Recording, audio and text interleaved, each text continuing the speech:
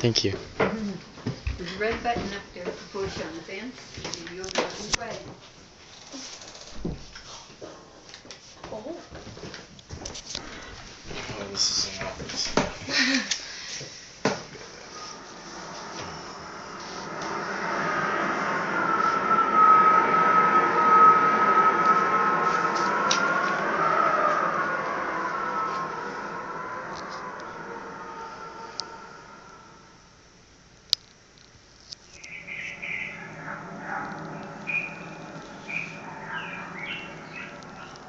The day passed like 1,000 others. Pleasant. Maybe just a bit humid. But now in your bones you can feel a storm headed your way. A nasty one. You glance out the window and witness storm clouds gathering. You hurry about the barn, hoping to finish the evening chores and get back to the house before the storm strikes. You try to calm the animals and the pounding in your heart.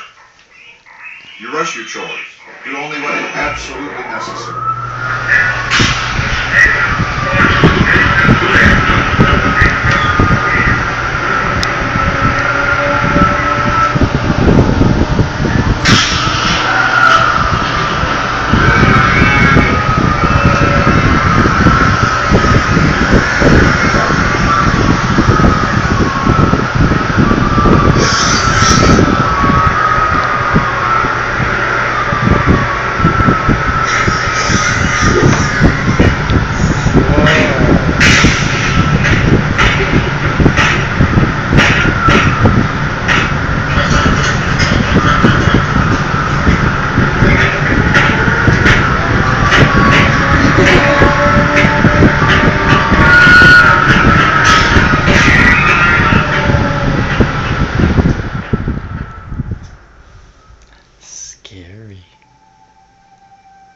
The storm is over. Good job. At the last possible second, the funnel retracted, but not before it carved a swath of incredible havoc and destruction. Your life has been spared, but it has been altered. It has been yanked from its roots like the old maple that shaded your lawn. Each year, millions of people around the world have their lives uprooted by tornadoes, hurricanes, flood, fire, and earthquake.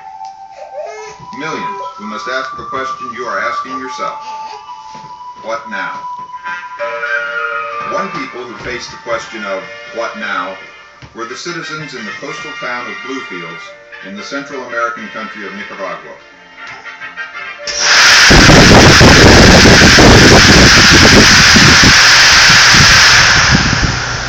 The eye of Hurricane Jones slammed into Bluefields.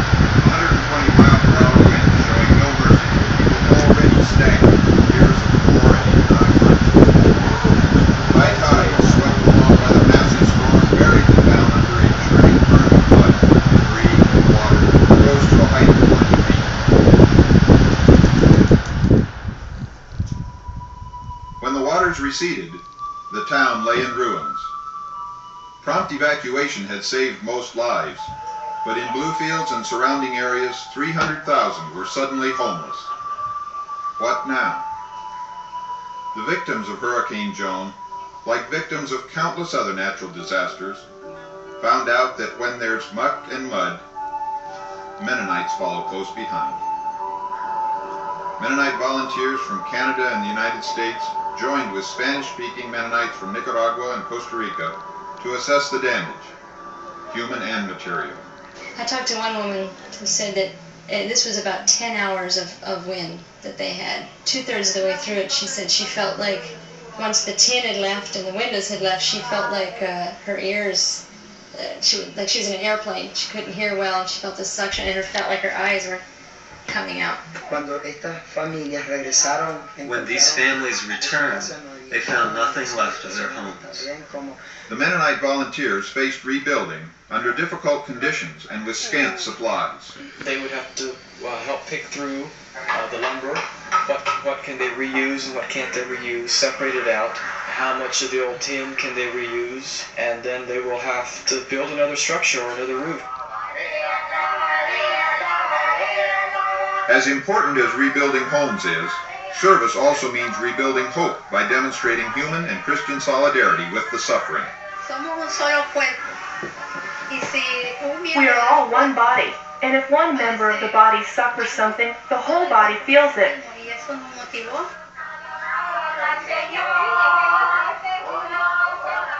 I don't know how much house building I can do, but somehow I want to let them know that I hurt with them. Lo que hemos aprendido en la escritura, ¿verdad? We've learned in the scriptures not only about laughing with those who laugh when joy is there, but also to cry with those who cry. Serving others makes us more keenly aware of God's presence and call in our own lives. I think we can learn a lot about how to go on with life, what life means. We also can learn a lot about what God means to us. That God is with us, not just to provide us the good things in life, but God is with us no matter what comes to us.